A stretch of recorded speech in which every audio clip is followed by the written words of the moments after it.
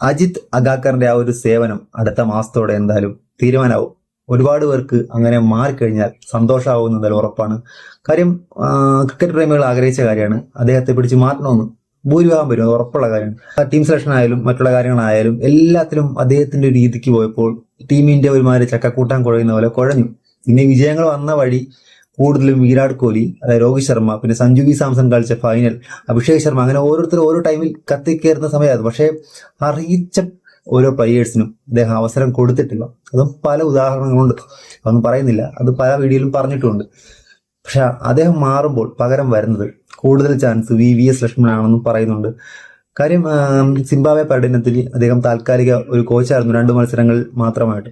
മാത്രമല്ല അദ്ദേഹത്തിന്റെ കരിയറിൽ ഒരുപാട് എക്സ്പീരിയൻസ് ഉള്ളതുകൊണ്ട് തന്നെ VVS ലക്ഷ്മൺ അടുത്ത സെലക്ഷൻ കമ്മിറ്റിയിലൂടെ വരാൻ ചാൻസ് ഉണ്ട്. പിന്നെ അശ്വിന്റെ പേര് പറഞ്ഞിരുന്നു, പക്ഷേ വിരമിച്ച് 5 വർഷം കഴിയാതെ ഒരു പക്ഷെ അങ്ങനെ സെലക്ഷൻ കമ്മിറ്റിയിലോട്ട് വരാൻ സാധിക്കത്തില്ല. എന്തു തന്നെയായാലും അജിത് അഗാക്കറുടെ ആ ഒരു സേവനം അടുത്ത മാസം കൊണ്ട് എന്തായാലും തീരുമാനമാകും. ഒരുപാട് പേര് ആഗ്രഹിച്ച ആ ഒരു നിമിഷം എന്തായാലും യാഥാർത്ഥ്യമാകാൻ പോവുകയാണ്.